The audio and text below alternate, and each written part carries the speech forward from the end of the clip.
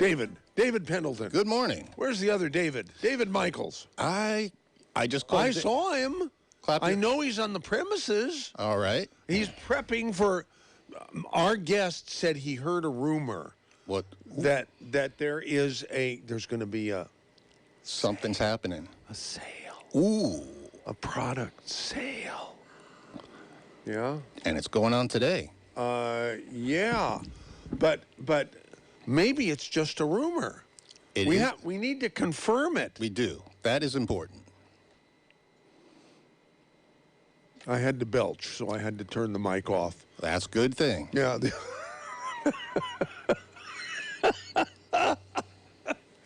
The guest is the guest is wafting the arrow. Well, starting off with a bang. You know, it reminds me of the time I asked my 7th grade science teacher. I said, "Why are people offended by belches?"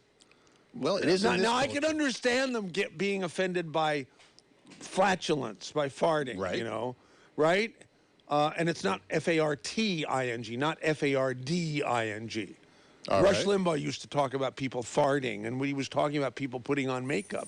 And people didn't realize that.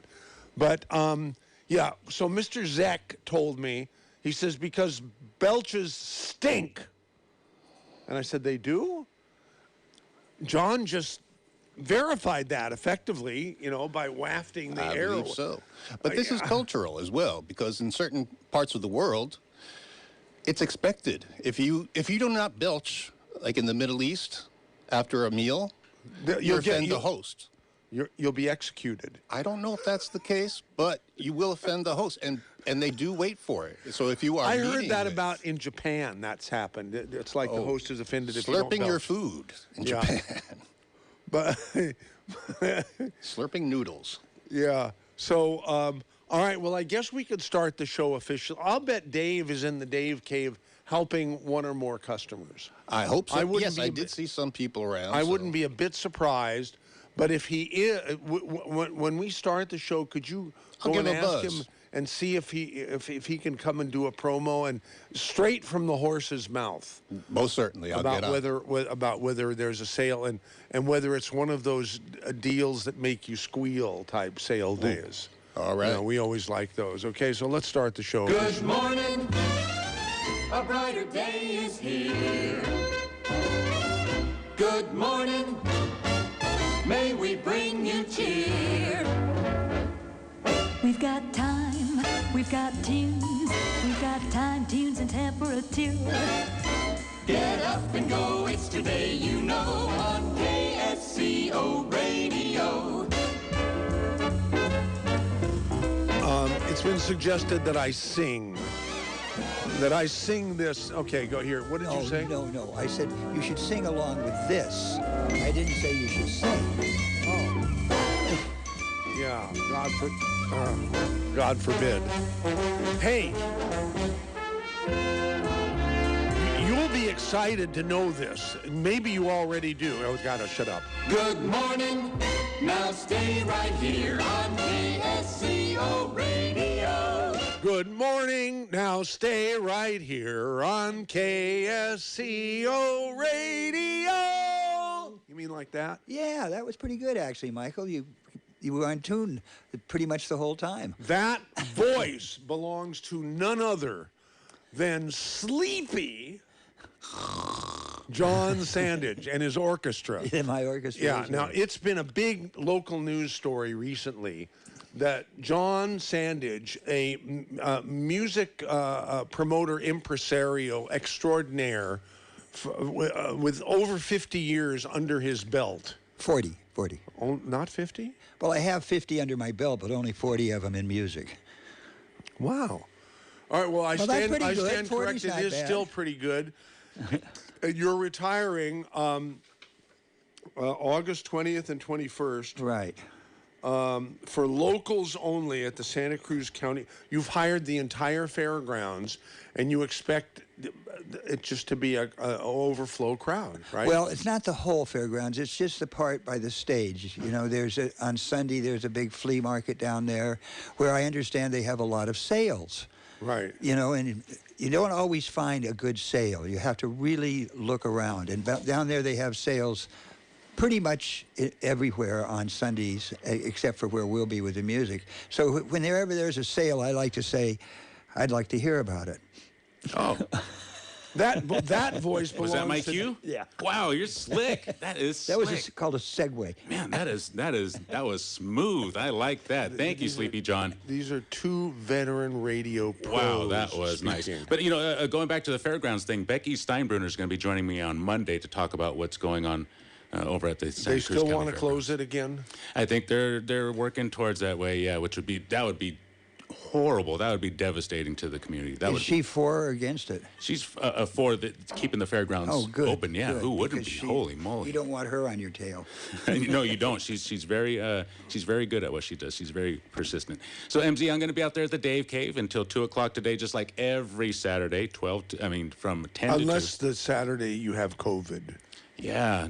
But even then, you know, Even MZ, then, it's, well... I chalk it up to all the, you know, the nutrients that I take. I just breezed right through that. I mean, I just had an easy time. I felt bad because I knew people here had to pull the weight, had to pull my weight while I was out there enjoying, you know, hiking and biking and golfing. Whilst during COVID? I was positive, but I didn't feel it. Did Me not too. feel it. Well, you must same have thing. you must have tested to find out that you were positive did. because of some symptoms. I felt sleepy the night before. I felt really tired, and I decided to test because I usually don't feel that tired, and positive. But I got a good night's sleep, and I was fine. Yeah. So that's the way it goes. But again, I'm going to be out at the Dave Cave, MZ. Be sure to take your Tangy Tangerine. Tangy Tangerine, 87 of the 90 essential nutrients. If you're going to pick one product, it's the Tangy Tangerine. If you want all 90 then essential, you'll only be deficient in 3. and that is your fish oils. A lot of people have fish oils anyways, but you know, we have the best. Of course, we have the best. But fish oils in your Tangy Tangerine, you will take care of your 90 essential nutrients. Okay, I'll be out there till 2. If you can't make it down there, go to kscohealth.com or call 218-KSCO and we'll get it to you. No sale? Oh, yeah, did I not mention the sale? You didn't Holy- mention a sale. My Wow, God. yeah, of course. We have a sale. Buy your Tangy Tangerine at regular price. Everything else is 30% off.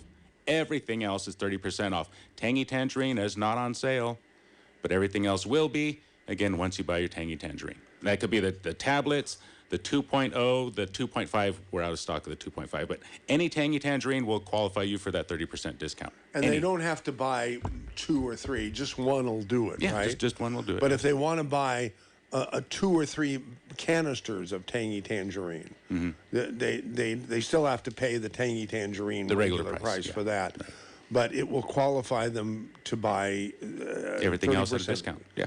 Well, You can't beat that. That's a hell of a deal. You can't beat it that. really is. Yeah. I mean, if the company finds out that we're doing that, we might get arrested. You know, I mean, it's that serious. Well, a deal. it's a secret sale. Don't tell anyone. Yeah, do not tell anybody. Just take advantage of it yourself. Right. I'll be out there till Right. 2:00 today. MZKSCO.com. You can find more links there, and you can donate to your favorite radio station. Yeah. Oh, that's always good, huh? Yeah. See you out there. By the way, that last conversation that you and I had about that, that reminded our good friend Larry and Marina that he should have. I was shuddering when you were talking about that. I said, you were saying, well, people should, instead of he donated $1,000. Yeah. Yeah. And we said, well, why did he make it 1,080? I was just kidding, right? Yeah, I mean, you were just kidding, but he took it seriously. He donated another $80.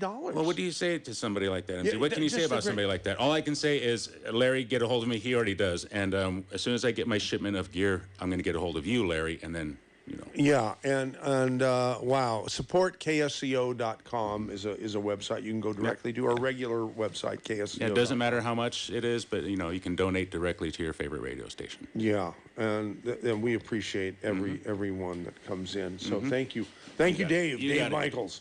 Okay, I think we already did the hour one, but we didn't do crossfire or fanfare. Let's make it fanfare because we're not going to be controversial today, are we, John? Who knows? Who knows?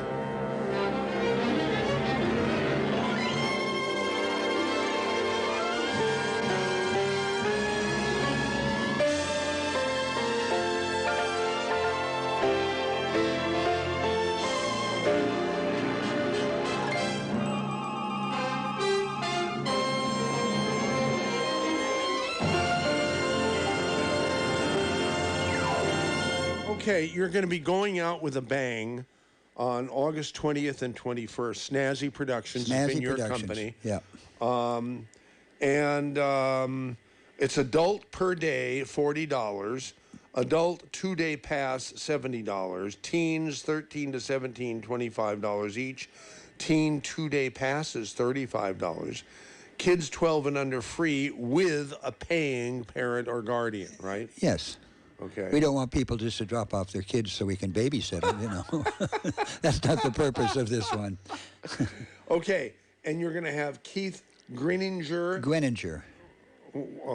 That's the way they pronounce it. Okay. Keith Greninger with Day and Kai and a band. Oh, okay. And You know Day and Kai? No. Dayan is a local musician. He has been playing around here forever. He is a blind guy, and he's from birth, and he can play every instrument there is. He sings, and just a wonderful entertainer. So that's closing the show on Sunday, that particular act. Right. And wow, okay. And tell us about all the other.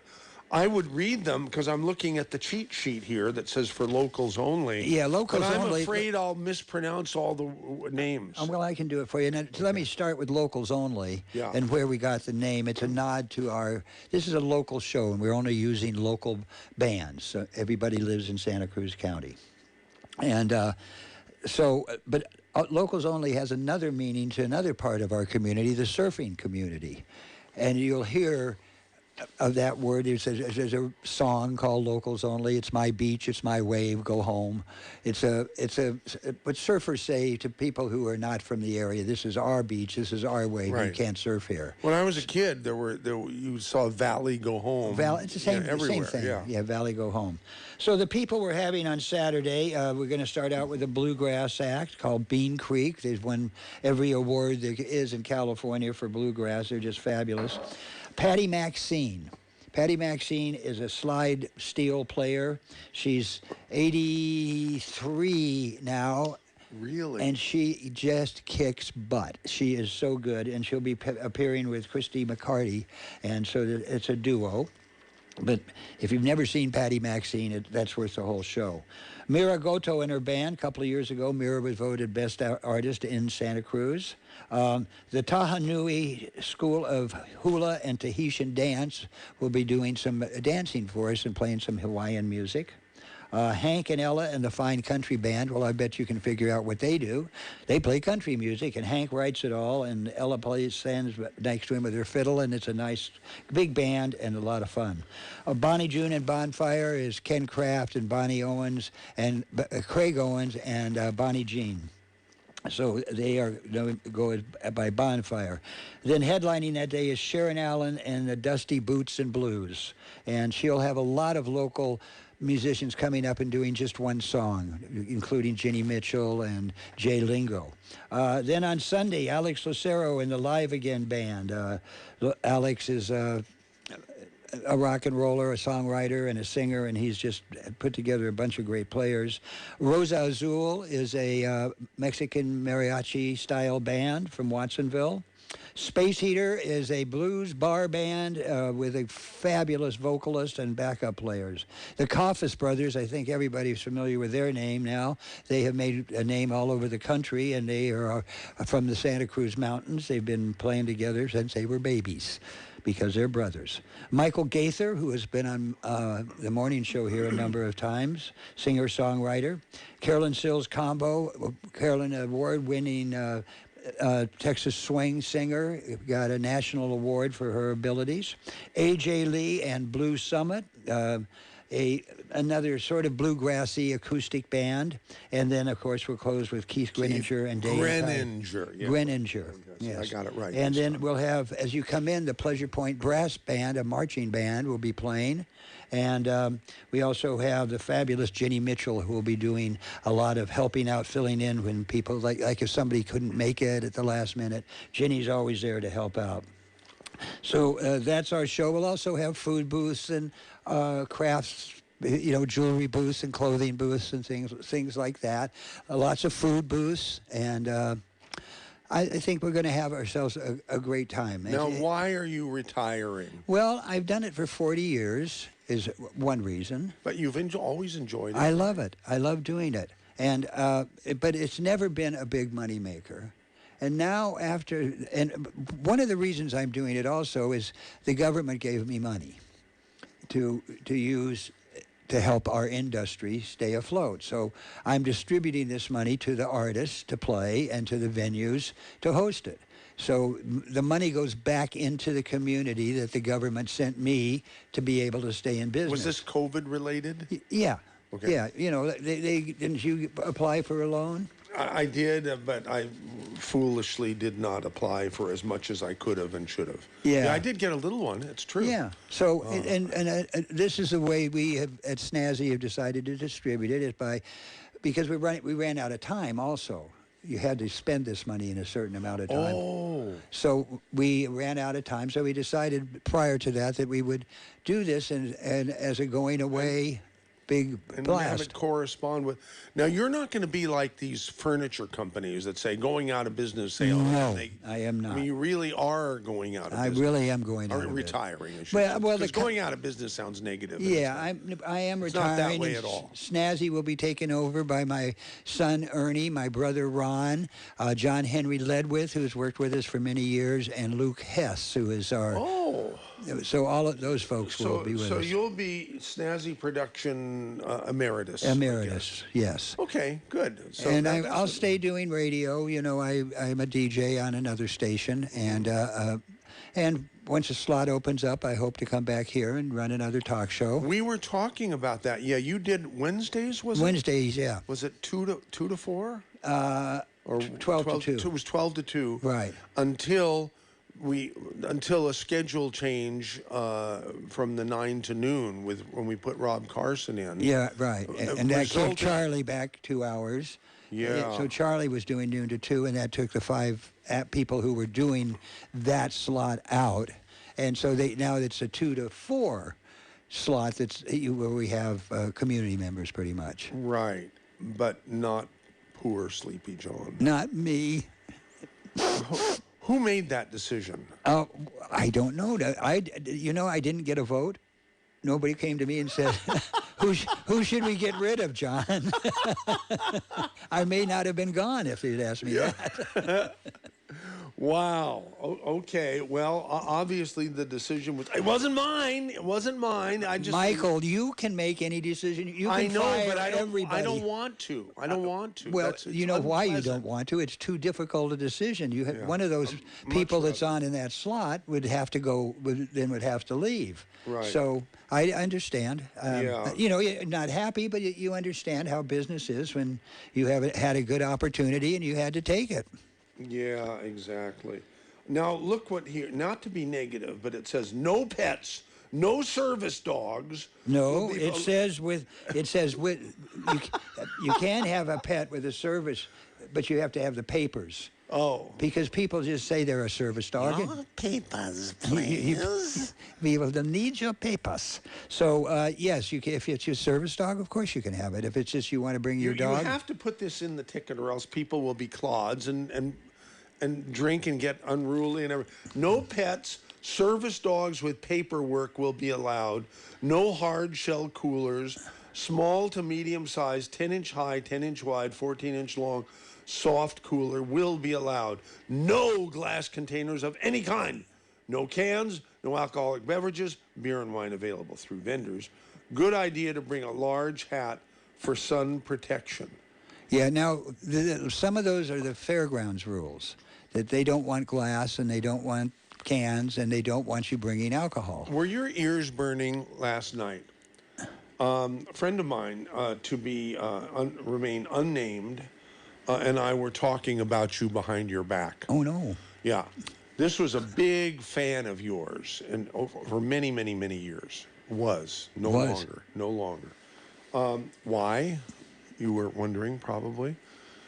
Because of vaccine requirements or something. Now, it was unclear. Wait a minute. It was unclear whether it was venue requirements or snazzy production requirements, or both. It is both, because that's what the Rio Theater, the Kawamba, and other venues all have their rules that are set by the state. And I can't just go and say, okay, we'll let you in because you don't want to do this. And if this guy, whoever this guy or woman was, is not a fan of mine because of the state rules and put out to help people not get the COVID, then I probably don't need a fan like that. You know, What a terrible thing to say. Well, he doesn't care about other people's health, it sounds like to me. Or she, yeah. Or she. Because it may well be a she. May well be a she. Yeah. Okay. So. But I'm sorry that they felt that was. But there's nothing about that on this flyer. Because there is no rules at this point. Yeah.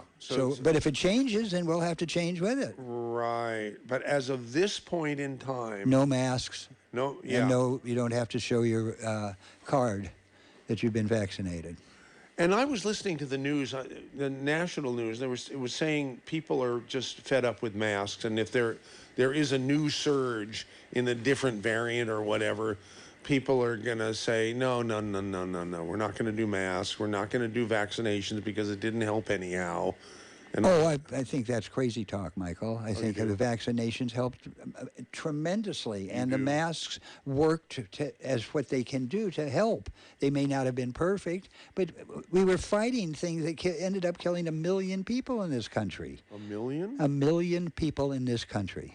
And they really died from, and you're not... Well, that's what the statistics say. Now, I didn't go and talk to each one of them before they died, but I do read statistics and try to follow that kind of thing. When I was doing a talk show here, you want to know about that stuff. And if it wasn't exactly 1 million, it was close one way or the other, above or below. And people are still dying, but not like they were. So we now have thought, okay, it's all okay, football games, big, huge things, and now it's surging again. So I don't know why people don't believe that there's something going on when 1 million people die, but, I guess it takes 1,500,000 for them. I just can't understand why people don't think that's an important number. Right. Yeah, we're talking with Sleepy John Sandidge in honor of his upcoming retirement. And and you don't have to have any paperwork now. It's only a month away, and I don't think things are going to change. And I hope not. We're going to be outside in a big meadow, and there will be no building to trap things, and you don't have to wear a mask when you're outside. So it's a good reason to come. You don't have to worry about any of that stuff. You're not trapped inside of a big building like the Catalyst, where there's no circulation. There's all that foul air is in there, and always has been. Didn't I read something about there's some controversy about livestock housing demolition down out there or something, or I haven't heard. I just heard at the fairgrounds. I just heard that there's something going on down there, but the folks at the fairgrounds who I've been talking to for months now have never mentioned that to me.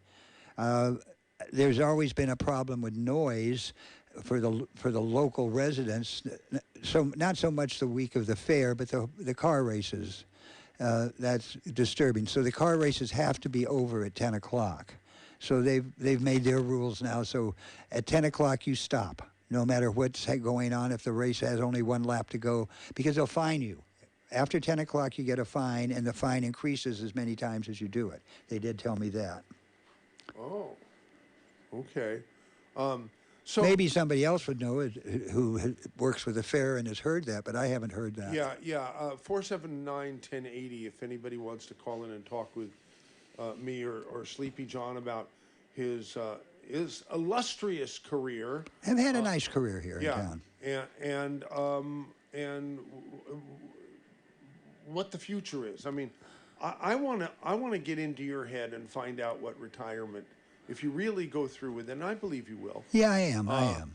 And what you're going to do in retirement, because so many people pass away, they retire. Well, that's the story. And then they die. Yeah, you retire, then you die. So that's why I'm keeping my job at KPIG, and why I would come down here if an opening came up here, and I have tons of stuff to do. I have to find some other ways of making some income, because the income now will be going away from me for putting on shows, which wasn't huge. I don't want to kid anybody.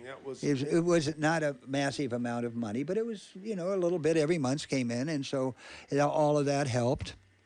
Right. So, but I'm in a rather unique position. I own my home outright. I have no car payments. I have no credit card debt. I have no debt at all. So I don't have to make monthly payments on anything. I have no monthly payments. And I planned that out 35 years ago. God. I don't like owing people money.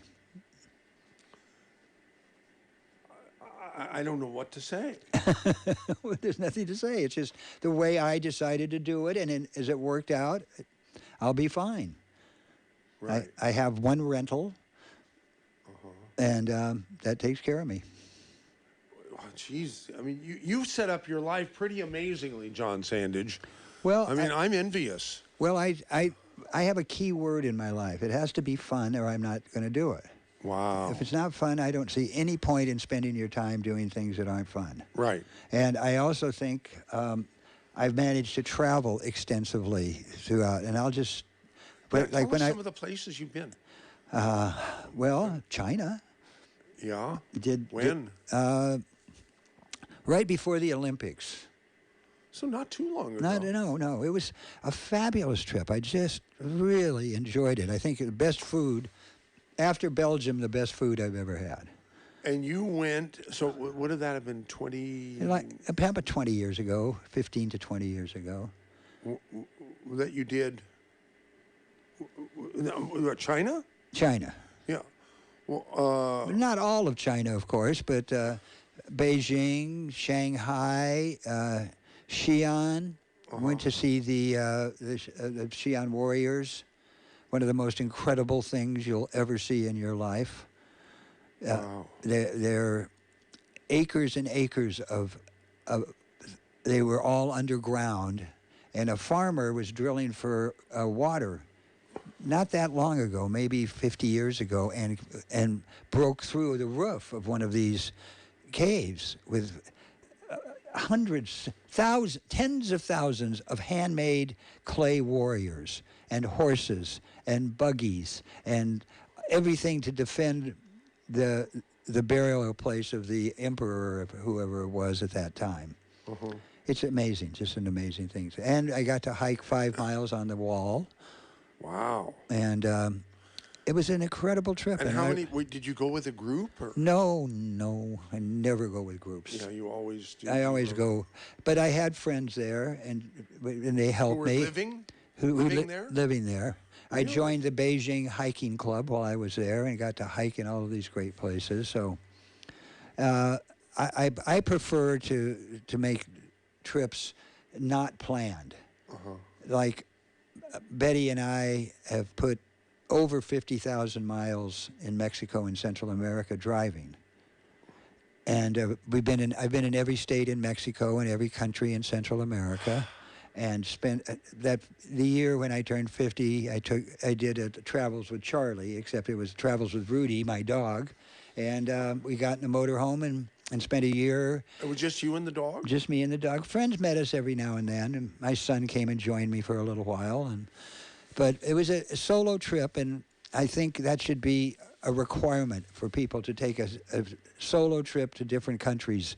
It doesn't have to be Mexico, but wherever you might enjoy, and get to know another culture a little more intimately, and spend some time and seeing that, yeah, we do pretty well here. We live pretty well, but so do people in other countries. It's a different standard. We expect everybody to live up to our standards, and It's difficult for some people, but you don't see the poverty on the streets like you do here. Like in Mexico, there's not people living all over the streets. The families take care of their families, and that's in the Latin culture. And so the homelessness is not really a factor in those countries.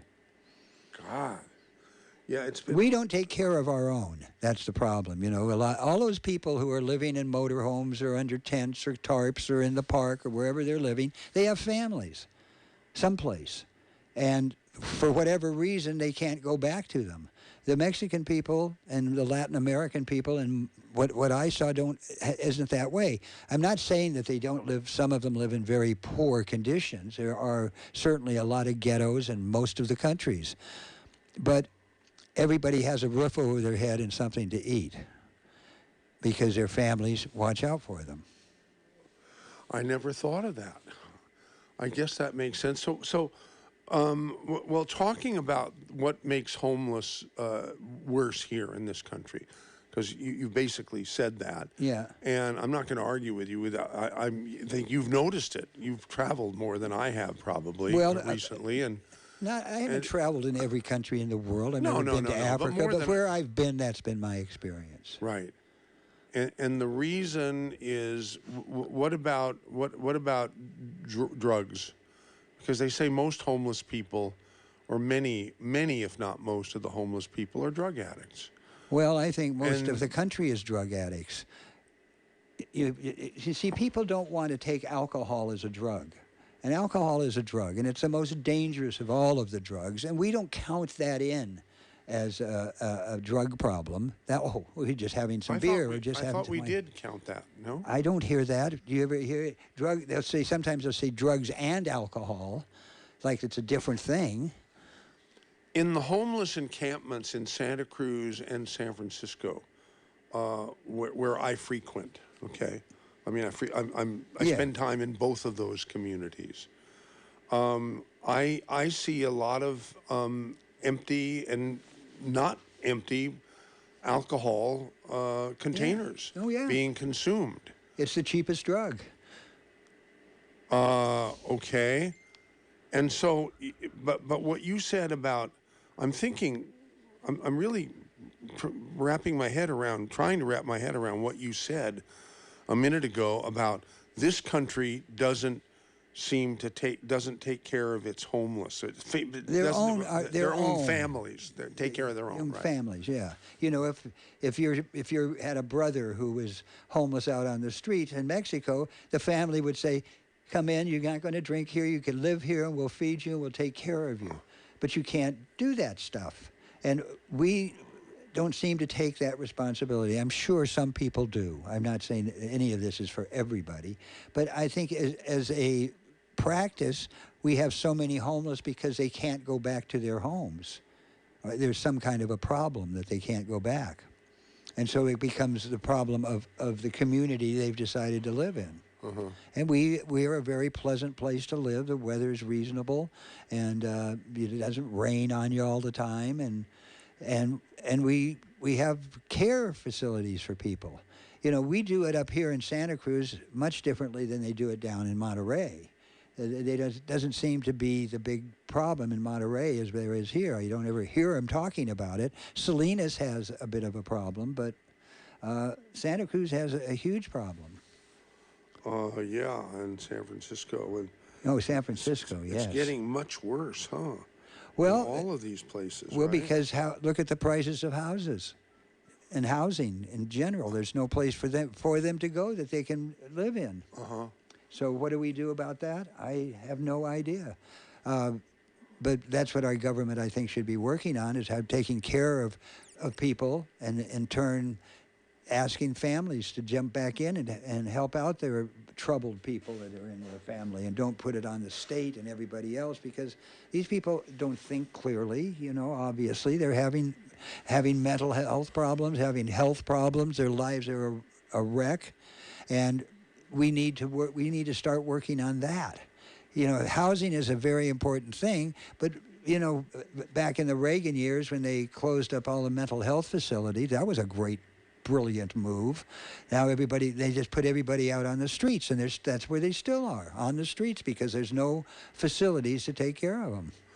And in places like Mexico, you don't need the facilities because the families pick that up. I'm Is that assuming that. I don't know that there's no facilities, but I do know that the families take care of them, take care of each other. Okay. As families did in this country at one point, but as we got so mobile, the families dissolved into, some lived on the West Coast, some lived in the Midwest, some lived in the South. You know, they were scattered all over the country. So it became much more difficult. People would leave, and they'd never check back in with their family. So it's a bit more difficult, but there should be a way we can solve it. Where we certainly now have that telescope, for instance, that they just launched and took those fabulous pictures. I don't know how many billions of dollars are spent on that, but we're a very rich country. We should be able to take care of our people.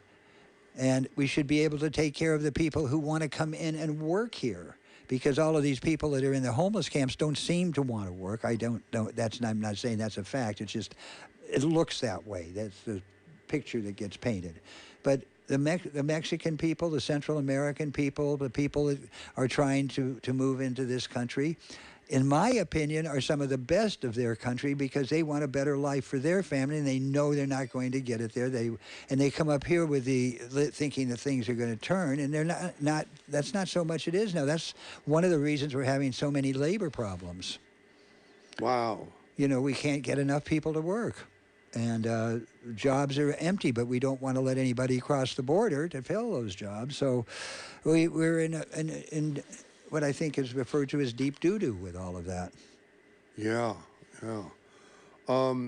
There's no phone calls. Now, have I officially opened it up? I haven't said. No. But I did give out the phone number, and when you were a host here doing most recently, a few months back. Yeah. When you came prepared, presumably with your own subjects. Yeah. And when you would call when you would open the phone lines, people would call. Well, a lot of people that would argue with you, I remember. So. Oh, yeah, absolutely. I mean, that's sort of the whole idea here, because what I've said this morning so far is not arguable. You know, everybody out there knows that I'm right. I see. Okay. How about that for a right-wing voice? Yeah. Yeah, like Rush used to say. Well, I do have one email that's been sent by Pure Heart in Aptos. Hey, Pure Heart. Oh, hi, MZ. Now that John's retiring, he'll have more time to fill a slot on KSCO and KZSC for that matter. Sign him up quick. That's what Pure Heart wants, okay? Yeah, well, thank you, Pure Heart, and I do appreciate that. But I do understand Michael's position. This is a commercial radio station, and it has to make money. And he made an offer that he couldn't refuse for sponsorships, and that's just sort of the way it works. And another thing you do here is you sell time to people. Somebody wants to. If you would help us with that, oh my God, this would be the most successful station in the world. Well, what do we have to say and do to get you to come on board, you know, and be a proponent of ad sales on KSCO? You mean to be an ad salesman? I don't want to do that. Yeah. You know, I've been there, done that, and had that was part of my career up at KZSC. I ran the underwriting department for the university radio station, and that worked out really well. When I stopped that job, they had more money than they've ever had in the bank account. Why did you stop that job? Because of a disagreement with the station management. Oh. Well, you know, non-commercial radio runs a different way than commercial radio does. I think it's the same. They just, instead of commercials, they call it underwriting. I mean, everything else is the same. It's right? Exactly the same. But that's not the part that was the problem. The problem was there's supposedly a thing you can't call people to action on non-commercial radio. They said you did that? Well, they did say I did that. But first of all, you have to understand that the FCC encourages promotion of local events that are transient, like movies, concerts, parades, On commercial or non-commercial stations. Is that correct? No, I'm talking non-commercial. Okay. Now. Commercial can say whatever they want. Yeah. Non-commercial can't supposedly give out prices and talk about, well, that's not true. The FCC wants non-commercial stations like KZSC or K-Squid or any of them to promote local events. That's what non-commercial radio was really started about, is to be in the community and help the community. So at one point there was a Christmas parade a holiday parade downtown Santa Cruz, and I said, "Come on down early." Now there's the call to action. Come on down and get a good parking place. Well, my station manager at the time took offense to that I shouldn't be able to say that, and suspended me. And so I fought back. I fought back about it, and that's how we found out that the FCC encourages it. So he then changed the rules that this is a KZSC station rule, it's not the government's rule. So he then took the FCC's rule and threw it out the window and said, we don't want to have that here at our station, letting people in our community know about events that are transient. You're not supposed to call people to action if they are sponsors. I mean, I don't understand all of the reasoning behind it, but if you're an underwriter at KZSC, you're not supposed to mention prices, because it becomes something else in somebody's mind somewhere at some time. So anyway, that whole thing is why I'm not at KZSC anymore. Even as a talent, let alone. No, they wouldn't. I was not allowed back in the studios. I couldn't come as a guest. I was producing one of the shows, and they said, you can't use his name. I mean, that's how bad this got over nothing. And the guy now is gone. He's left the station, but he's left it in a mess. The underwriting has nothing in it, and it was a difficult situation for me. And well, you don't dump on people who make you money, that's for sure. Well, this is a University of California. They don't care about that. They don't? No. They called me because I sold so much that I was making too much money, and I asked them, well, how much do you pay the chancellor? For raising money, because that's what the chancellor does, is goes out and raises money. And they were, well, that's different. It's a whole different way of running a business, because it's not a business. It's a university, and it's not there to make money. And, they give departments money, and they have to spend it all, or they take it back, so they'll spend it on something stupid, just so they don't have to give it back. It's a very weird... That makes sense, and that's not controversial, so that's why we do have one call. I was going to say that's why there are no calls, because you're not saying anything controversial. It's saying something controversial, either the host or the guest, that generates the phone calls, typically. Did you get a lot of phone calls? Yeah. I never had a time when I didn't have a line. No. Wow. That's great. Okay, well, let's take Epiphany from San Jose. Who is Epiphany in San Jose? Who is this? Oh, yeah, now I can hear you. Oh. Epiphany. Okay. Yes. Did you have Thank one? you. Hi. Did you have an epiphany? Yes. I just want to say thank you with all my heart for this show. It's one of my favorite things. I love this KSCO particular show, or you mean the Saturday special in general? The Saturday special, and also this show. I love KSCO. It's illuminating. It's helped me elevate my level of consciousness, MZ. What I want to ask you can you hear me? Sure. Yeah. Okay. So I found a book by Naomi Wolf called The Bodies of Others. And I just want to read a very small portion, part of a page. It's on page 140. How long? How long? Because this is very snoozing. Very brief. Didn't you do this yesterday or the day before on another show? Yeah. Yeah, I thought so. Okay. So why are you repeating it? What does it have to do with what we're talking about? Okay, well, I just wanted to know what you both thought of this book. If you would, Well, I haven't read it, I would appreciate it if you would read it. I just want to put a recommendation out there for Naomi Wolf's book, The Bodies of Others. Wait, Michael, would you invoice this person so she can sell stuff on the radio station? Oh, well. Like all the other sponsors? Okay. Okay.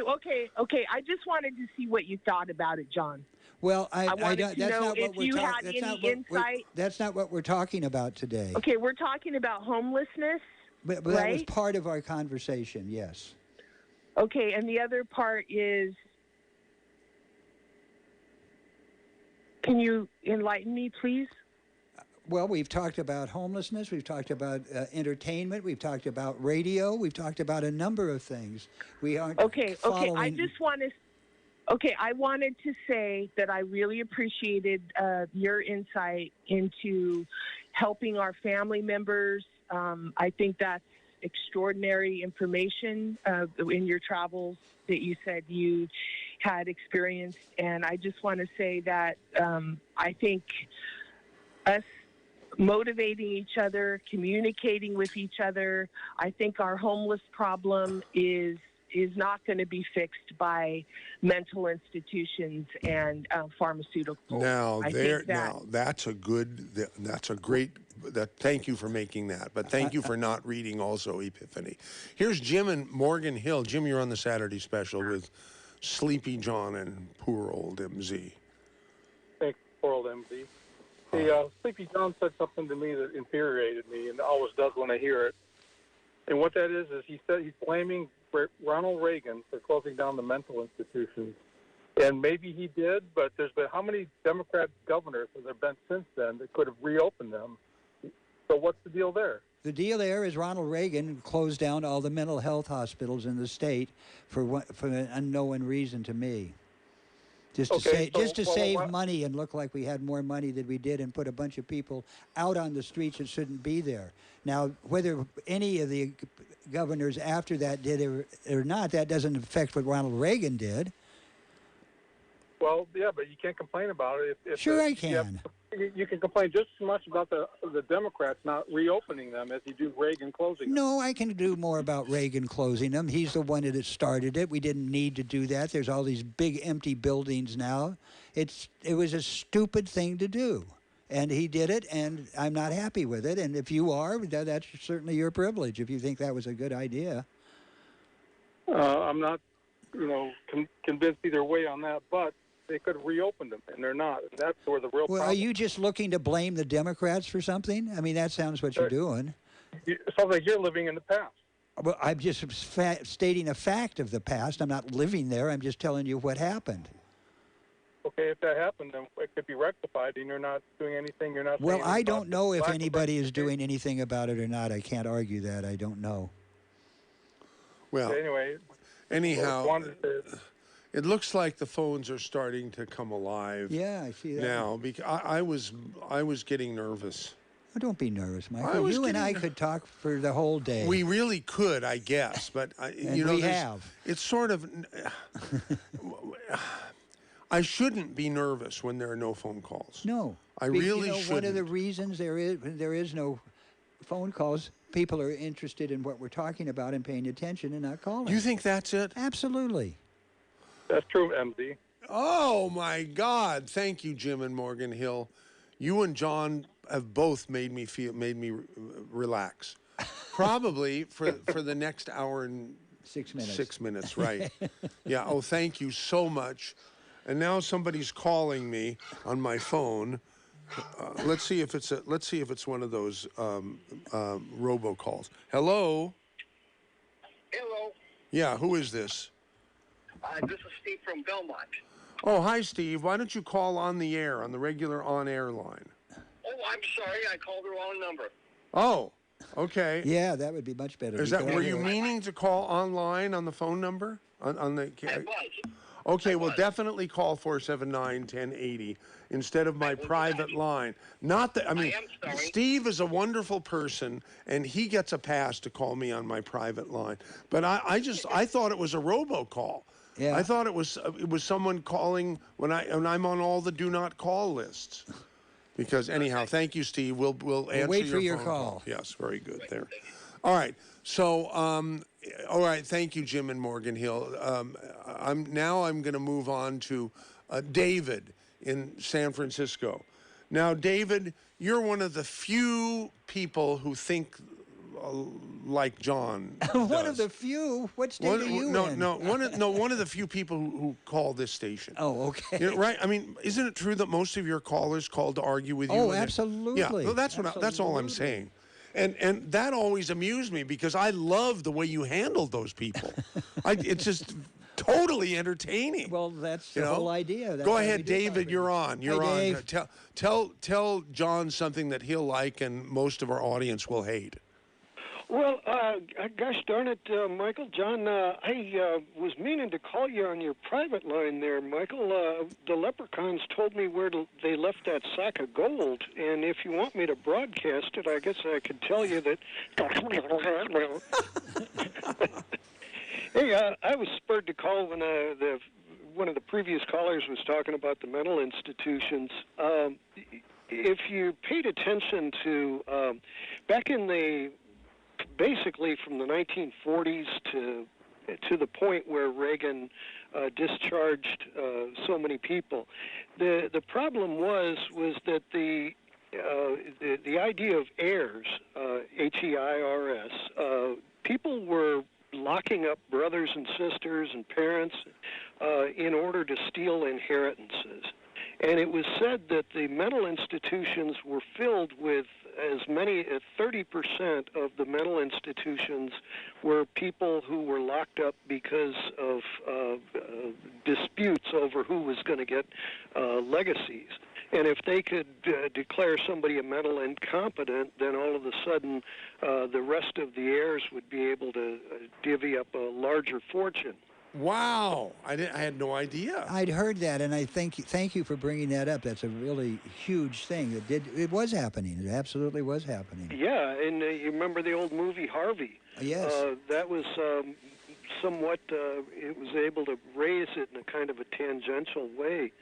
But the other thing I was going to raise, just in the news today, the idea, the Supreme Court has been basically doing rulings that don't serve the people, they serve the corporate state. And the corporate state, of course, is the idea that the super rich are going to be able to run our lives and that we, the people, don't have any voice in it. And so habeas corpus is an example where the Supreme Court's got a pack of these so-called Christians on it. And if you look at the way Jesus' trial went, where he was dead silent in it, and they just executed him for being dead silent, well, a habeas corpus ruling is one in which you actually have the rights to defend yourself, the right to have an attorney present, all sorts of different things that we take for granted in public trial, a jury. We got to wrap it up, David. Sorry, we're at the end of the first hour. Can he hold over? No. I don't. Mercy is the issue. And these fake Christians on the Supreme Court show no mercy in their recent habeas corpus ruling. Great. Okay. That's. Thank you for making that point. So that was David in San Francisco, and we have Steve in Belmont, Linda in Watsonville, Colonel Terry, and someone with a 408-472 number that's calling in right now. Coming up.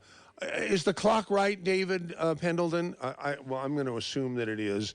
And tell everybody that this is KSCO, Santa Cruz, Salinas, Monterey, San Jose, the Saturday special with your humble servant, Poor. Outside the KSCO studio, 63 degrees.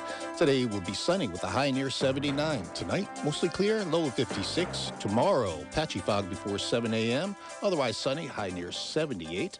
Sunday night, low of 54. And it looks like Monday through Friday is going to be sunny and around 75. Small craft advisory today on the seas from 3 p.m. this afternoon through the evening. Small craft advisory in effect from Sunday morning through Sunday evening. Today, west winds 10 to 15 knots, increasing to 15 to 25 knots with gusts up to 30 knots this afternoon. Wind waves 5 to 6 feet.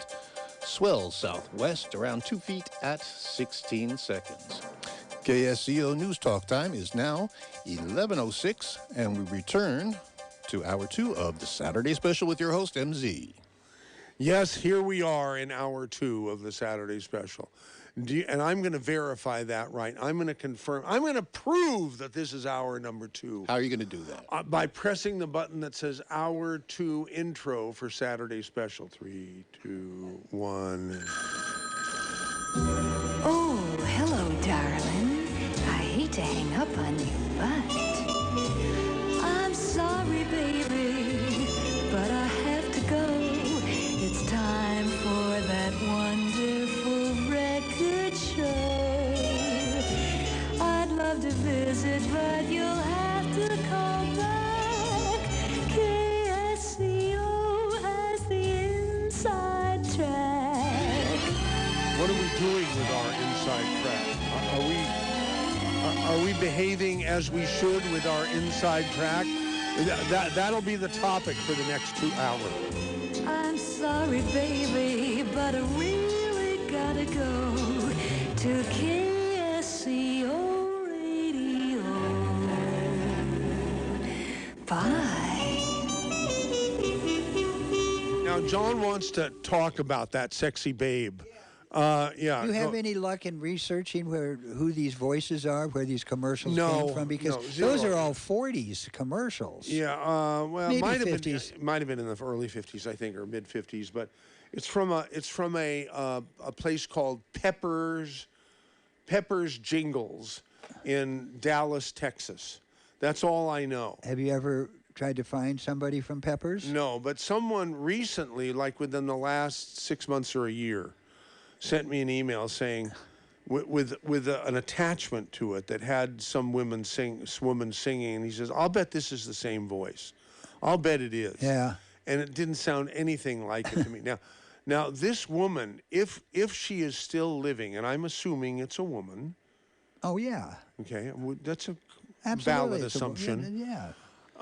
This woman, let's see, in the 50s, so 60, 70. Would be 70 years older now. So, I mean, she might have been in her 20s or 30s. She'd be in her 90s or over 100 now. Yeah, so probably. If she was still living. Yeah. But we will definitely give a prize.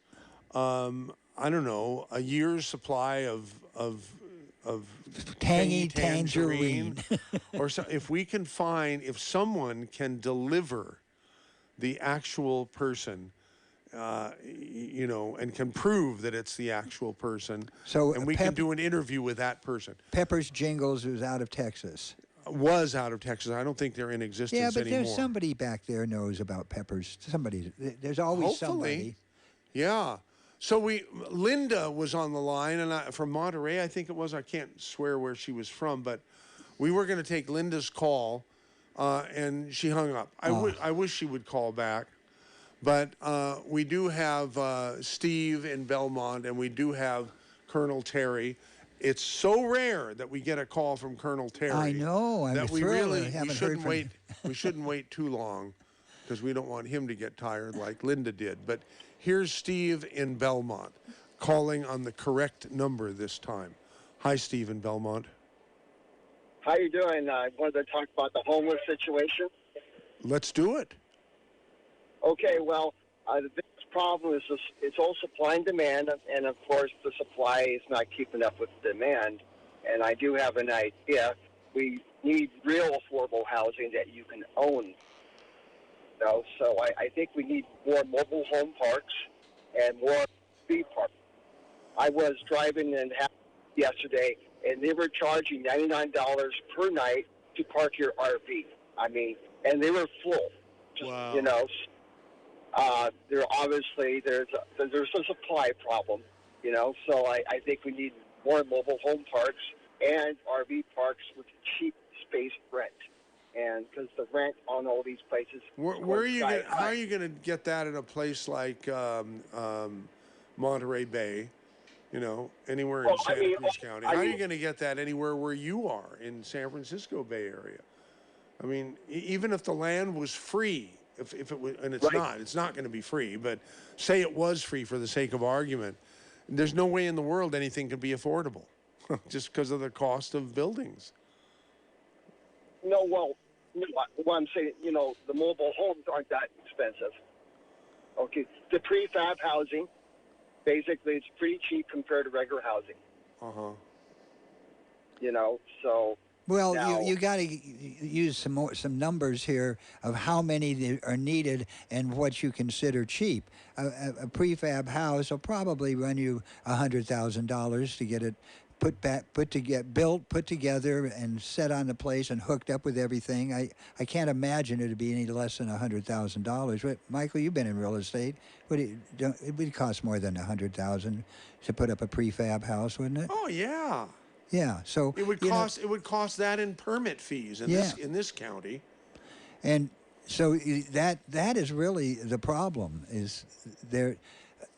You're trying to do this in a place where everything costs so much. Go to South Dakota if you want to do that. That might work there, but who wants to go there and live?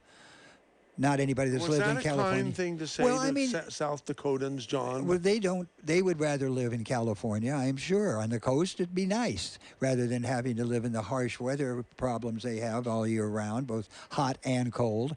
And I think a lot, that's why it's cheaper to live there. It's not as desirable. But people want to live here, and then to build here and live here, get set up, is over the top for what can be is affordable. I think it's a good idea. I just think you got to find a way to finance it. So, do you have any such way, Stephen Belmont? Pardon me? Do you have any such way to finance it? No. But another idea is more RV parks. I mean, they're not expensive to build, are they?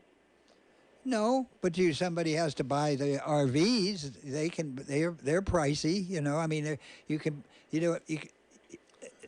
and you said something wrong. You said no, they're not. They're very expensive to buy the land. The land is very expensive. Yeah. And it's incredibly expensive to put in the infrastructure. The infrastructure, the plumbing, the water, the electricity, the electricity. Everything, yeah. It's just very, very, very expensive. So you have to find a cheaper place to do all of that. Yes. And a then place you have, like Fresno, if you want to stay in San Francisco, if you want to stay in California, right? Yeah, or up in northeastern California. There's lots of open land up there. It's not as pleasant as here, but it's still in California. A place like Redding. Or east of Redding. Red Bluff. Red Bluff. That's a nice town. That's a great Shasta. town. Yeah. Yeah. So there's other places, but you can't force people to go there. They have ties to this community. It's a really difficult question. And every time it comes up with good ideas, that always gets down to the money and where it's going to come from and who's going to put it up. So your ideas are good, other than the financing. Well, that they're spending a lot of money on homelessness right now, and as far as I can tell, it's going to a big black hole. Yeah. And this would be better.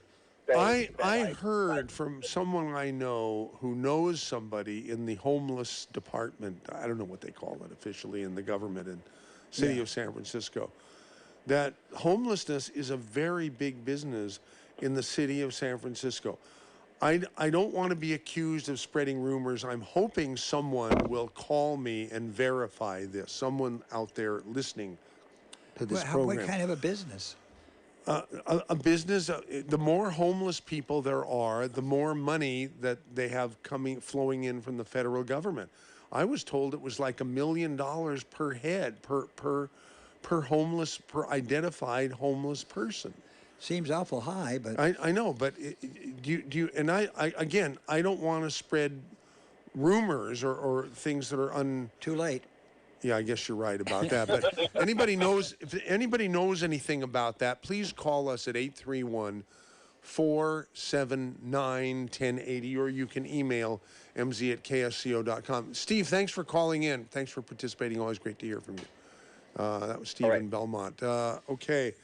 On air now with MZ, I'm going to read an email that came from Ray Williams. Ronald Reagan did not shut down the mental hospitals. It was passed under the elder Governor Brown. It took effect under Reagan. Not sure if I could rely on any information from your current guest. Best, Ray Williams. Well, Ray, I'm a Williams also, so You are? yeah, that's my family name. From my mother's. Sleepy John Williams? Well, my mother's side of the family. Oh. So I have Williams blood in me, and but not the same as him. It doesn't sound like he doesn't. He's no, not, it's Ray. R-A-E. Ray is a she. oh, is she? Okay. Yeah. Well, you may be correct, but Reagan was the one who said, "Okay, let's do it." He pressed the button. The law may have been passed by somebody else. It doesn't make too much difference. But I've always been under the impression that Ronald Reagan was deeply involved in that. And maybe if you can give me a little more information, but it doesn't make any difference. That's not the point. Diane Auclair, Auclar, sent an email subsequent to Ray's email with an article in it that says Reagan emptied mental institutions and caused homeless crisis. Okay, see? There we go. Those that claim Reagan emptied mental institutions and caused homeless crisis don't seem to remember the anti-institutionalization movement that came with the hippies' distrust of, quote, the man, unquote, and the Democrats passed the laws to empty them. A trend that started before Reagan and hadn't ended long after him. Reagan did it as the TDS of the 1980s, but a persistent myth is that Reagan emptied the mental institutions. So it looks like, yeah, this one is backing up Ray against you, even though it looked like it was supporting you here. Anyhow, we're talking with Sleepy John Sandidge, a former many-time host on KSCO. Oh, yeah. I bet. In fact, I was, I think, the first host of the morning show. That's correct. Good Morning Monterey Bay. And Rosemary was the producer of the show. Yeah, she was the producer, not on the air very much back then. And Dick Little was the news guy. Yeah. Don Husing was the anchor of and you the guys whole thing. put on a great show in the early mid-90s. We had some good ratings. I was very proud of the morning show here and had lots of fun. John Adams, you remember John Adams? He was our computer guru at that time. Yeah. I saw John Adams in, I don't know, 2 or 3 years ago in Sausalito. Yeah, that's where he moved to. Yeah. I lost touch with him, but was a good friend for a while. Yeah. Okay, Linda in Watsonville did call back. Thank you, Linda. So happy to hear from you, and I meant I was going to take you next. Thank you, Michael, and thank you for taking my call. And I've been pushed to call back because of all the information that's coming out that is not correct about.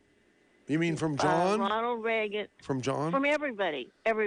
This is what happened. We had federally funded mental facilities in the entire country. And the good old ACLU went all the way to the Supreme Court and had every one of them in every state and city shut down. And Ronald Reagan and Pat Brown and all these other people didn't have anything to do with it. It was just like what happened with this abortion thing.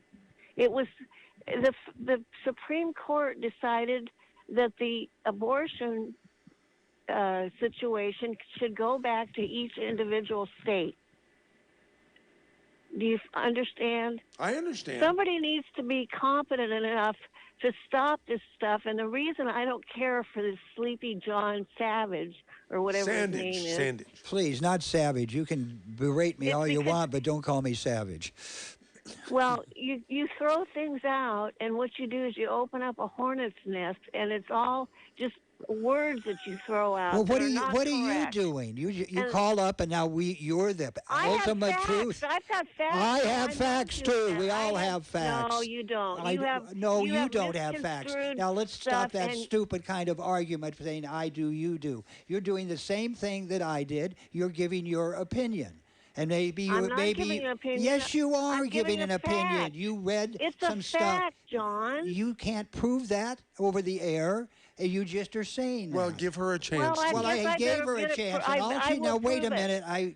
All you did was call up and belittle me because of my opinion, and you don't want to take any responsibility for your opinion that you got from something you read. Okay. You read an article someplace. She's going to prove it. Time, I will do the research. Oh, it's not on this phone call. Okay. All right. No. You know, I'm you may sitting well in be. Costco right now getting my tires fixed. You may well and may be I'm right going to be about thrown what. out of the parking lot because I'm so upset. Well, why because are you that's why I upset? didn't- Because we disagree on something. It's not the end of the world. when Don't you get had your so show- upset and call people names. When you'd had your show, John, you would do the same thing. You'd throw these things out, and that were not true, and you would open up a hornet's nest. And I'm surprised that Rory hasn't called in to verify what I'm saying. I'm starting to worry that Rory has become disenchanted with KSCO and has stopped listening. Well, Probably because Charlie cut him off the other day and wouldn't let him finish. And if he did, he would be right to be disenchanted because Charlie just wants to speak over everybody and not let them talk. So Okay. all the bad guys are on this side of the microphone, and all you good guys out there with all the truth and all the facts are on the other side. Oh, and get a life. I have a really good life, unlike yourself, it seems. Was that a kind thing to say? Well, to she hung Lynn? up. She didn't hear it. Oh. Was that a kind thing to do, to hang up because she disagrees with me and thinks that her facts are the only way life should be? Right. And it's so disappointing that that's the way so many people who are callers and are hosts, we have our ideas, we have our thoughts. And remember, this is opinion and it's entertainment. We're talking to entertain you. And, Okay. and entertaining is sometimes means getting facts, and we try to do that. I certainly do.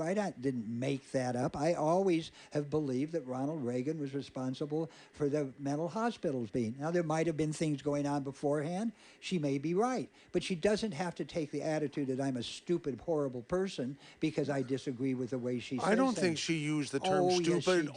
nor horrible. Well, she was certainly implying it. Oh, okay. And Well, let's see what Tom in Aptos has to say. Hi, Tom. Hey, Mr. MZ, and your guest, John. I was set to send you a nice big contribution, but having guests like John is making me have second thoughts. Oh, well, I'll give one for you because I'm so terrible. Let me finish, sir. Well, let me finish. Could you please You are read finished already in my mind. a short act, which was passed by the state legislature back in the mid-'60s, okay? And it sought to end the inappropriate, indefinite, and involuntary commitment of persons with mental health disorders. So read that. It was not Ronald Reagan or anybody else you're talking about. So anyway, I'm going to leave you with that. And Tom, before you leave, I want to ask you something, okay? Are you there? Go ahead. Okay. Yeah. More and more people are saying, I was going to advertise on your station or I was going to send you a donation. And then I heard something that made me not like KSCO anymore. In this case, it's having John Sandidge on as my guest on the Saturday special because he offended you. He offended you to the... Are you only... First of all, I don't believe that you're going to send anything. I think you're a liar. I do. And I think that that's what... I think that's what people do. I was going to send you money, or I was going to become an advertiser, and then I heard something, and I can't support that. Okay, see you around. See you around, asshole. I can't stand people like that. They're liars. They have no business. They had no intention of becoming an advertiser or sending a donation to the station. And I hate people like that. I really, really, really, really, really do. It's hard to tell. Yeah. Hard to tell. Okay. Anyway, I agree with you that, I was going to do this. I don't like a lot of John's opinions either, gang. I really don't. He and I are about as opposite as can be politically, except when it comes to property rights. You're as conservative as all the rest of us right-wingers, John, when it comes to your property rights and your ox being gored. I back up what I think is right. Yeah. And so that's fine. But I'm very, very. But the kind of person I am is I do what I say. I present positions from all points of view. KSCO is a voice for everyone. You might not agree because you think that lately the liberals have been chopped out of the schedule. Right. Yeah. Okay. Yeah, but well, For a reason that there's business reasons for everything. I thought it could have been a little balanced a little bit, so there's some liberal voices on. But whoever made the decision, that's why they decided. And there's a lot of different reasons. Maybe they have better ratings. I don't know if that even counts here. But yeah, I don't want to hear anybody say I was going to become an advertiser, or I was going to make a donation, and now I'm not. Yeah. Someone 2 or 3 weeks ago said I was going to send you $1,500, $1,400, or some huge amount of money, yeah. But now I'm not going to because of something they heard on the show.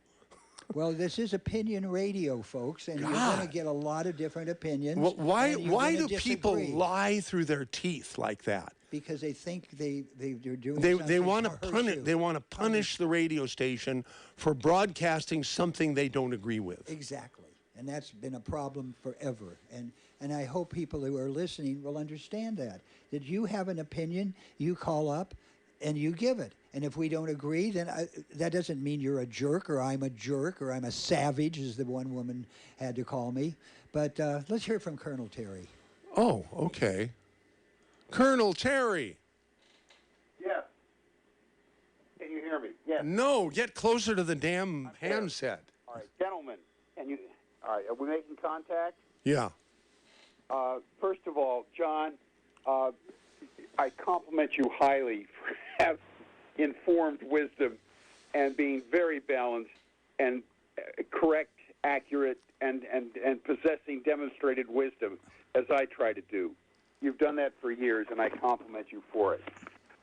Speaking of wisdom being demonstrated or not demonstrated, MZ, how much are you being paid to have Rod Carson on for 3 freaking hours? It's none of your business and none of anybody's business, but we're being paid a lot. Well, his first of all, the guy is 70% inaccurate. He is so extreme in his support of not acknowledging. You want to buy the time, Colonel Terry? Well, you want to buy it? Does somebody else want to step up and buy it? Well, you want to do it?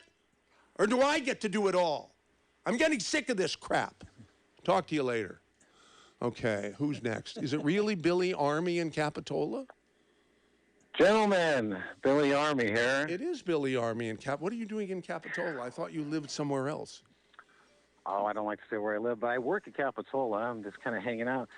Tonight we've got a real show being produced by Kenny Thomas and the Southern Baptists out at the Corralitos Hall. I'm happy you called in to promote that, because I was getting knocked off track here on that. I didn't plan to call in, but I was listening to Sleepy John, and I just have to say that the man is one of the most arrogant, ignorant, rude, worst hosts I've ever heard on the radio. Why do you say that? Have you ever listened to him? No. Hey, Michael, would you tell him what award I won I got to this year? say that Becky Steinbrunner is a very nice, lovely woman, and the way that you handle the call, Sleepy John, you should be ashamed of yourself. As a matter of fact, I saw you got voted best host of Santa Cruz County. Yep, that's me. In the good times. Multiple times, right? Multiple times. Here's what, over 20 but years. Here's what the audience. But here's what the audience doesn't realize. You and your Snazzy Productions that advertises in there every week after week, you're just a pay-to-play guy. That's the only reason you got best host. Oh. You're terrible. You're absolutely terrible. So if you guys want to see a great show tonight... No, we don't, and we don't want to hear about it from him. Promote no, I'm not going to let him promote anything. I'll talk over him the whole time because he's such a jerk the way he treated me. I don't know why you let people come on and do this. Singing tonight. Okay, it's going to be a lot of fun. Not if you're there. Going to be there. Wait, here. See, one thing about having hosts on is they forget that having hosts on as guests is that they forget they're the guest. And they act like the host, but you're on, Billy, by yourself, and his mic is down. Well, that's all I have. Oh, you already said it? That's all I have to say. I don't mean to be, I don't want to be rude and mean like he is, but he gets me so riled up and violent that I'm not surprised that listener called in and said I was thinking about advertising until I heard Sleepy. Sleepy is terrible for the truth. He's a horrible propagandist, and he's a sophist, and he should know better. Okay. And I hope to see everybody tonight. Have a great show. Okay, now what time and where exactly? What's the address? Well, if you go on to the Facebook website for Flight 1080, you'll see a poster. It's out at the Corralitos Hall. I don't know the exact address. It's next to the sausage factory. Oh, well, everybody knows where the Corralitos Market and Sausage Factory is, so. Starts at 7 o'clock. Right. Okay. All righty. All right. All right. Thank you very much for calling with that lovely promo. Take next, Flinks and Aptos. Flinks, you're on the air with MZ and Sleepy John. I'm kind of nervous entering this battleground. I've always liked the fact that you've had separate opinions and talks and stuff, and I think people who were considering supporting the radio station somehow. I think what happens, don't like it when they hear something they don't like, and then they're not going to support the station anymore. No, I think what happens is that because Sleepy John brings an opinion that opposes what other people think, and I think what happens is he senses fangs come out. Like sometimes people call and you can hear it in their voice that they're angry with him and they're demeaning with their tone. Their tone is demeaning. Because You mean like Billy, the last caller? No, not necessarily. Billy's he's promoting his thing. He's not worried about Sleepy John too much. He would just want to call in and promote his thing. Well, he thrashed me. He thrashed me completely. I know he got off script. He got off script. But I think that Sleepy John. I think what happens, like I've called your show, and sometimes I've called and I've been overbearing, and then you get mad at me. But when I've been soft, like if you approach, and Charlie and Sleepy John have had great discussions, and they don't like each other's opinions on, and they don't like each other personally one bit. That's not true. But I think that Sleepy John comes from a different era. He has his opinions, and like we all have our opinions. That's what he's saying. He's not saying that you can't have your opinion, but if you're going to attack him, he doesn't like that. Just like you don't like being attacked. Your radio show doesn't like being attacked. Who, me? I love being attacked. But I think part of this too, like it wakes me up. It's good to hear. It's good to hear other people's opinions, especially if you don't like them, because it makes you think. It makes you think. Okay, wait. Let me take a step back and do reconnaissance on how I'm thinking, and then maybe it makes you more founded. It makes you give a better foundation on what you're thinking, or maybe it loosens up some things and you go, wait a minute, maybe there is a problem with abortion because of this. Maybe you don't agree with everything that Sleepy John said, but maybe that something like a little interaction there. But I kind of got off base, but I think that to solve the issue with homelessness, why not make all the rich elites? And I don't understand how the Republicans have so much power in California by making it so difficult for people to live. Because I'm assuming all the rich elites in California are Republicans, and that's why it's so hard to find places for. No, it's the other way around, Flinks. The super rich in California are the tech people, and they're all lefties. You know that. Yeah, but why don't they? Okay, well, to me that doesn't sound right because it seems like it's the Republicans that are overbearing on the poor people. But maybe that's not the case. Is what you're saying? No, I think the lefties are the greatest hypocrites. I think what they could do in existence. Second, I'm going to give him second. You are right after the Republicans. I think what you could do. I think that you can do what you can do is have every rich elite. They're required to let someone have their van or their car at their gated community. They have to have at least one homeless person live on their gated community. It should be a requirement. And then maybe, and I think with global warming actually is a good thing because eventually the ocean's going to rise. All the rich elites' houses will be underwater and all the poor people will have oceanfront property. That's what's going to happen. That's why I think global warming might be a good thing. All right. That's what I have to say. Thank you, Flanks, for saying it on KSCO's Saturday special. Next caller is none other than Joe in San Jose. Hi, Joe. Hey, how are you guys? Hey, good. John, great to hear you on the radio again. Well, thank you. Finally, thank you for the kind words. I miss you midweek, man. I really enjoyed the show, and I did do a little research, and in Sleepy in Sleepy's defense, Reagan did sign the Lanterman-Petrus Short Act in '67, and that ends the forced institution or people being institutionalized. Yeah, I remember that closed Agnew State Hospital. I remember it back then. Benny, Camarillo. Right.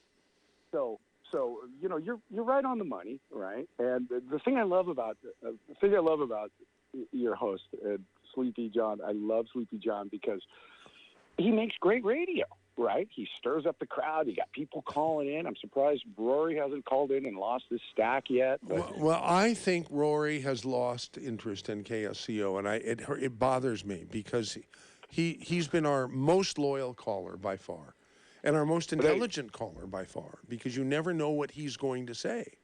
I like Rory. Oh, everybody likes Rory. I disagree with him, but I love him. Yeah, he's a good guy, and I enjoy talking to him. And he does not use a number of people having to start out calling you names because you don't agree with them. They're so smart and they're so much more intellect than you that they have to slip into name calling. And that's one thing that really is, if you obviously have listened to me, I don't put up with. Yeah. I'm here to facilitate a conversation. If you don't agree with me, that's fine. I'll listen to you and I'll give you my arguments. But don't start belittling people. That gets us nowhere. That's what the biggest problem we have in the country right now is we can't talk to each other. And we've been able to prove it pretty well this morning. Yeah. Well, hey, listen, congratulations on your retirement. It's well earned, right? Anyway, do you know? Does John know? Does caller Joe know John, the guest? I don't believe so. I don't know him personally, only by calling into his show. I see. Right? Okay. But really great guy. So listen, guys, I'll let you go. I have to get back to as the 1% of California, I have to get into my secret underground basement with the CCP and rig voting machines. So anyway, see you guys later. Okay, here we go. So here comes Steve and Carmel. By the way, that does open up exactly one line. We're jammed. The phone. Right. I was nervous for the first hour because there were no callers at all. But now someone can call 479-1080 and get right and slip right in. Okay, Steve and Carmel, you're up next. You're on. Yeah, hi. I kind of like Rob Carson, by the way. A lot of people do. Really kind of goes along real smooth. And Yeah. He's got a good sense of humor. Yes. Well, I'm going to have to jump in and disagree. I think he has no humor. All he does is mock people. And That's what not he humor. do you know that he worked as a writer for Rush Limbaugh? He wrote comedy for several years. Well, I didn't find much of Rob's humor funny. So, but that's opinion. Rush's again. humor. And Rush's humor. Oh. Rush delivered things better. Yeah. That's for sure. Uh-huh. But and I want you to understand that's opinion. That's what it's all about, is opinion. I think the guy, all he does is belittle people. He brings nothing into a conversation except making fun of people and making things up. So, but Did Rush used to do that? I think Rush made some things up, but I think Rush was a good host. He knew how to do it. Thing I objected to, he never would let anybody on and have a discussion with them. And Rush, it's exactly the opposite, John. No, he gave more time to people who disagree with him. But they had to be intelligent people. Well, how do you know that till they get on the air? I didn't. Well, that's not what I heard. Screener, I never heard the screener, Bo Snerdley decided that. Well, my thought was. By the way, he's a host now, and I hope to get him on one of the subsequent Saturday specials. Yeah, that would be fun. Anyway, I think everybody has their opinions of this new guy, but nothing I've heard is very positive. You were the first person personally that I have heard say. Well, I've heard you a really lot. liked him. I've gotten Well, a lot of accolades. Yeah. I've gotten some complaints too, for sure. But Yeah. I would say Anyway, more accolades than complaints. I think Charlie did a better job in the morning of having an intelligent conversation. Okay. Well, MZ. What? I think you're right. That guy that called up, and it's like he's using donating to the station. He turns it into a threat. First he dangles it at you, then he turns it into a threat. I'm not particularly bright, but I could see through that, and that's happened so many times. Fortunately, it didn't. And upset finally, you. it erupted me. I erupted today. Was that what that was? Yeah, I erupted, and you want to get me to erupt? Say something like that. It worked well. He hurt your feelings too, and Not really. No. He offended my sensibility and my intelligence. Well, you're right. He's a liar. You know that. He's a liar. That means he's a coward, because a liar is a coward, and a coward is a liar. Yeah. So, anyway. in any case, thank you very much for calling Steve in Carmel. Okay, bye. Bye-bye. Our next caller is KC in Santa Cruz. Hi, Michael. This is Casey. Hi. Seafer Tiller. Hi, Casey. Yeah. I just wanted to clear up a little bit on Reagan and the release of the mentally ill folks. Okay. This was like a big movement that started in the early 1960s and in New York and on the East Coast, and the belief was that psychotropic drugs could basically make people live in the community. And part of it happened when there were a number of TV shows and movies, including Perry Mason, that had episodes about how how families would have their rich relatives sent off to sanitariums and then pick up their loot. And that actually happened in Santa Cruz with the family here, where the family sent off the rich relative. But so with all that happening, the ACLU did start a number of lawsuits against people who were in defense of people in sanitariums. And with all the lawsuits, the states couldn't afford to defend the lawsuits. And basically it led to the termination of the mental hospitals. And Reagan did sign the act, but that was what led up to it. Yeah, he did. It's becoming clearer now that more people are calling in with more facts. He was partially responsible, if not 100%. He still has responsibility as governor of the state. So I can see why there is confusion, though, and there is all the time, because that's how it gets set up. So you don't really know how, and you can't find out. And if you do find something, they write it so that it's really hard to make sense out of. Well, that's exactly right. I mean, it's so much of what's written now is partisan news, where people are writing sophistry often and one side of the issue rather than giving both sides and presenting a clear understanding. But it was the ACLU that made it necessary to close the mental hospitals. Well, that's very possible. I don't know why anybody would want to do that. Maybe reform would have been a better thing to do. But as we find out about our history of, like, in Canada and in the United States, sending Native people to special schools and not letting them speak their own language, it's just weird people doing strange things, and a lot of it is in the name of religion. Well, actually, that's an interesting subject, but it probably is too long to discuss. Yeah, just using it as an example. Yeah, there are some problems with what you said, because there was recently a study that came up that showed that some of the information that's come out lately on the Indian schools in Canada are completely wrong. But I haven't run into that yet. Not even a word. Wow. Casey, you and I ought to get together and come up with some cool topics for the Saturday special, because that'd be great. Anyhow, thanks for calling in. Appreciate it. Here's Estelle in Santa Clara, and then we're going to have, it looks like we're going to have Jeff from Omaha, Nebraska with an 831 phone number. Maybe he's originally from Omaha, or maybe he's visiting. But Estelle, you're on the air on KSCO. How are you? Oh, hi. I thank you for taking my call. First, I remember Mr. John, and I think he must remember me, because I called twice before. And I am glad, Mr. John, that you still have a job, okay? Because when I called back the second time, you were very rude to me the first time. You did not give me a chance to speak, and you really hung up on me after we were talking a few things about President Trump.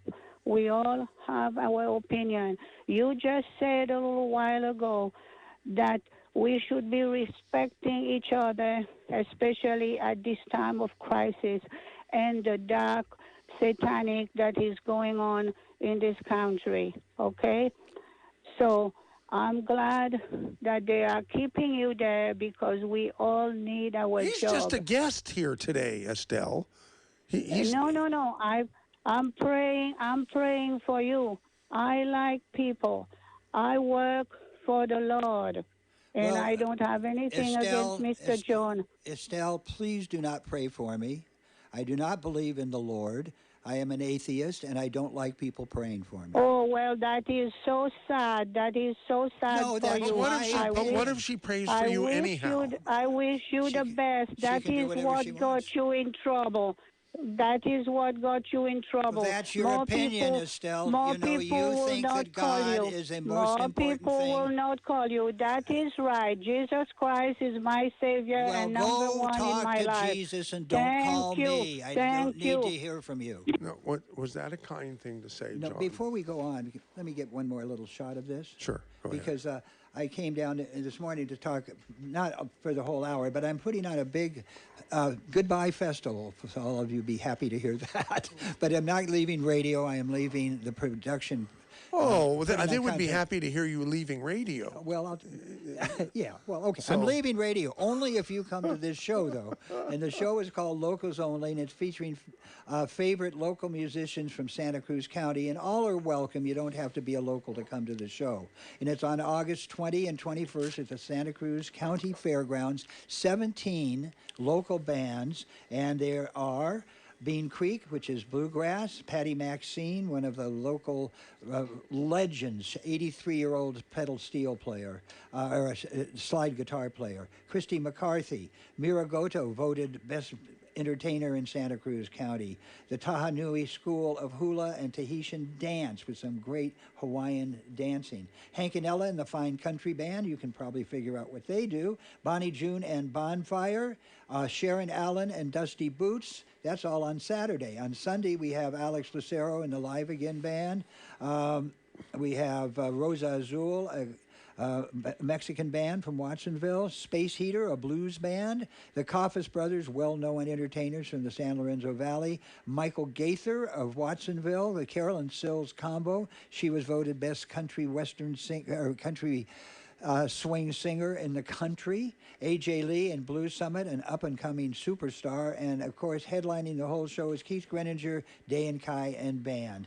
You can go to snazzyproductions.com and get all the information you want and hopefully buy some tickets. And thank you, Michael, for letting me slip in that chain. Joe. I appreciate Okay, it. next caller to the show will be Jeff, either in or from Omaha, Nebraska. Yeah, Michael, thanks for taking my call. I'm in Omaha, Nebraska. I'm a long haul driver. I'm all over the country. But I'm originally from between Salinas and Monterey area. Michael, I was the one that sent you the email saying I was going to donate $5,000 to you until I watched the lady who works for you spread her hate for this country. Michael. Who are you talking about? Not only, I'm not going to mention names. You know exactly who I'm talking about. No, I don't. I mean, Another one. I sent you a picture. Okay, she's got a morning show. She's a station manager. Oh, now my next deal, program manager. You have a guy on there that was on the air that explained how he cheated the draft for Vietnam. Okay, BS is his initials. He had somebody dummy up a urine test or something, so he wouldn't have to go to Vietnam. Billy Sunshine. Yeah, I heard that. I'm just ashamed of that, too. Sure. Yeah. And, then he gets on the air and tries to tell people what they should be, how they should live their life. He's never had a job. Okay? What are you doing with your station there? In the last The 8 same months, thing we've Michael, been doing for 31 and a half years, Jeff. No, that's not true. That's not true. And you know Really? it. And I listen to you every day. 8 months ago, something happened. Something changed. Even What? Charlie's whole narrative has changed. Charlie won't participate in any kind of critical thinking that he used to prior to 8 months. How long? And I'm telling you, Michael, How long have you been listening in total, Jeff? for about 18 years. I've been listening to KSCO every day for about 18 Okay, years. why is it you were going to donate $5,000, and why didn't you donate it before 8 months ago? Why didn't you do it then? I'm going to send it straight to Charlie, and I'm going to send him a letter. Oh, it's an education. I have a value for the education. So you don't want it to go to the plausible. station that you like some of the things, but because you hear one or two. I'm not going to put 1 red cent into Rosie's or Billy Sunshine's pocket. I Period. see. They hate this country. They have no idea what this country's all about. Man, No I got to idea. disagree with you. Rosemary Chalmers. I don't want to. You don't want anybody to disagree. You're an idiot. You don't want anybody to disagree with He you hung up. because you're right. Well, I hope he's still listening because I'd like him to understand that because you disagree with somebody doesn't make him an idiot. And the way you present yourself certainly looks a little bit like you're an idiot. You're yelling and screaming and calling people names. How do you expect this country to be anything? If he's been listening for 18 years and loved the station until about, what did he say, 8 months ago? Yeah. Something changed 8 months ago. Why didn't he donate before it changed? But now he says, I was going to donate $5,000. Another coward. Yeah. Another liar. But then he heard Rosemary and Billy Sunshine. And Well, because he heard Rosemary and Billy Sunshine, he's not going to donate $5,000. Now, does anybody out there believe that he was ever going to donate $5,000? Can I vote? Yeah, you can vote. I don't think he had any idea. I don't think he ever had that much money in his pocket. Yeah. Okay. Sounds to me like he's got some serious problems, but Yeah. that's only, you know, Okay, people well- get carried away. Even you got carried away today. Yeah, and I'm not reacting like I did with the other guy. No. You know, because and if anything, this guy deserves some praise for calling after my explosion about the same kind of a thing. Yeah. Right? And I've got to say, but that I agree with him I don't about believe Billy him. Sunshine. Billy Sunshine is such a bully. He just talks over everybody and he gives nobody a chance to give their opinion. And if they have an opinion he disagrees with, he does the same thing as all of these people have been doing to me this morning. I'm an idiot because I don't agree with you. And I agree with a lot of what Billy says. I just really disagree with the way he says it. Okay. Well, let's see. Take next. That's Don in Salinas. Hi, Don. You're on. Hi. Yeah. Before I get to what I was calling about, I want to say real quick, Rory. I think he feels disrespected and gets the short shrift from some of the hosts on the show.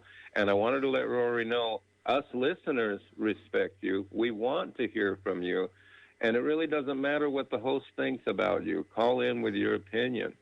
And Rob Carson show. It's growing on me. I'm getting to like this guy a lot. You didn't at first? At first, I didn't know. You know, I gave him a chance and listened to him, and he's growing on me. I like his show. And I think you did a smart thing getting him on your radio station, MZ. I think this guy's going to be big. And now, this is what I was calling about. I wanted to let Sleepy John know this. Democrat policies suck. And ever since Joe Biden's been elected president, the Democrats have been proving to the country just how much they suck. And why do I say they suck? Because they are raising the price of everything. They are causing inflation. How do I know this? Because I live in California. In California, we have the highest gas prices, highest electric prices, highest food prices, highest housing prices. And who runs our state? The Democrats. So the Democrats suck. I'm sorry. They stink on ice. And come the midterms, there's going to be a blowout like you never saw. Oh, boy, would I like to bet some money with you. All right, Don. Don, will you do that? Us stinky Democrats, there's 70% of us here. You're the 30%. Do you like Joe Biden? You think he's a good president? Yeah. Okay. All right. Thank you, Don and Salinas. Our next caller is Steve in Seaside. We have like less than 4 minutes left. I want to get everybody in. Go ahead, Steve. Make it quick, please. Okay, this is Steve Lightfoot. Oh yeah, I know. I lasted 2 shows hosting, so don't feel bad. And I'm probably the most controversial person to ever host or to ever be there. Right now, I've got a sign hanging on my van that says "Stop Chief Holber's plot to kill me." The other Okay, side listen, says, wait. I got it. We don't have to. We hear it every week, Steve. Buster in Santa Cruz, quick, you're on. Great show, guys. I love Estelle, and I heard it said amongst musicians that booking agents are one of the lowest forms of bottom feeders there are. I would agree Thank with you. you there. I'm not a booking agent, though. Well, okay. All right. Thank you, Buster. I Here's think Carmen in Buster Santa was Cruz. trying to be nasty to me, don't you? I don't know. I'm just looking at the clock. Another Go ahead, dip. Carmen. You're on. Yes, I just like to say to Sleepy John, stick to music. Playing music is fine. I love to hear the music that he plays. He's great at it. I But don't play stay out of music. Are you going to go to his concert coming up Oh, in about a do. month? I paid a lot of money to go to the concerts that he's promoted. Being coached. You got a coach to Right. be mean to me. You need a coach. No, I just You can be mean on your own. no. I'm Mexican, and you know what? What does that have to do with anything we're talking about? That is so racist. So racist. I'm a Mexican. What does that have to do Well, with yeah. what we're talking about? You're talking over me, okay? It's because all Mexicans. He talks they're over all white Mexicans. people, white. You know, all the Democrats say that Mexicans go for Biden. There's so many Mexicans that are against Biden because he's a loser, he's senile, and if you agree with what he's doing to this country, then you must be senile too. Okay, thank you. Thank you, Thanks. Carmen. Another great insult from Carmen. Here's Lynn in I Santa hear Cruz. she's a Mexican. Here's Lynn in Santa Cruz. Lynn, you're on. Yes, hi. I don't. This is only the second time I've ever called a radio station. It makes me a little nervous. So You're doing great. I just want. Thank you. You're so kind. So the only thing I wanted to say is that I've listened to KSCO also. I'm someone I drive my kids around or drive to work and. You've only got a minute. You better get it done. Okay, frankly, I just think it's great to have opinions. I'm conservative. I love to listen to the liberals. And I like when people just can back up what they have to say. And that's what makes America great. Yeah. I wish that trucker, I forgot his name, would understand that, Yeah. but he doesn't and won't. But you do, and thank you. And for we're out putting some $5,000, and we're out $5,000. Well, yeah, I'm not getting into all that. But anyway, I just No like that lunch we can all today. express our opinion and respect one another. Right. Thank you Thank so you, Lynn. much. Nice way to end it. Okay, take care, you guys. Thanks so much. Bye-bye. Well, John, that's it. That's it. It's You won't over. be a stranger just because you're retiring, right? No. I'm not retiring from radio.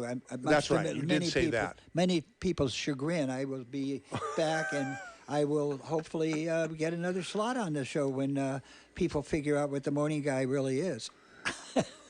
The morning guy? Yeah. Oh, the morning. Oh, yeah. Morning. Yeah. Rob All right, Carson. is who Michael, you're thank talking you so much for letting me come down and talk about my festival and spending Yeah. time with you. It's always a pleasure. about. Great. Okay, John, have a good one. That's it for the show today.